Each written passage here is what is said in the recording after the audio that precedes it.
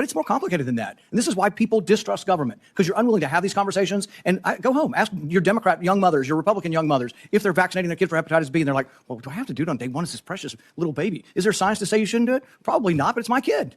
It's like, there isn't clear-cut science saying not to. But on autism, there's no good science of anything to show what causes autism. We don't know. It's a profound disease. I know many moms here and dads who have kids with autism. I know them personally. I've met their kids.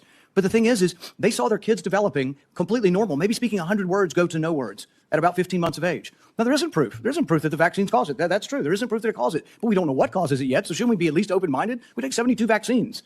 Could it be? I don't know. But we shouldn't just close the door and say we're no longer, because we believe so much in submission, we're not going to have an open mind to study these things.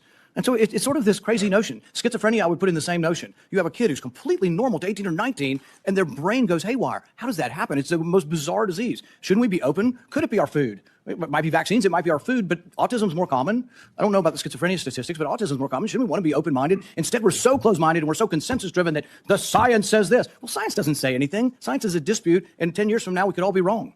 We were told in the beginning, 20 years ago, they did this enormous study, and they said, everybody over 50 should take an aspirin. I thought, well, that's a pretty good idea. It makes sense. But you know what? 20 years later, they measured it, and they found if you had no heart disease and you were taking aspirin, your chance of dying from a brain bleed or from a stomach bleed were greater than the risk of heart disease. If you have heart disease, they still say, take an aspirin. If you don't, they've changed their mind 20 years later. But would you have all said I was crazy and I should no longer be in public discourse if I had said 20 years ago, I don't feel like taking an aspirin. I ride my bike all the time. I'm afraid I might hit my head. But that's what country's about. It's what dissent is about. So just ask you to look at the larger picture and give the guy a break who says, I just want to follow the science where it leads without presupposition. I think really what we have up here is presupposition.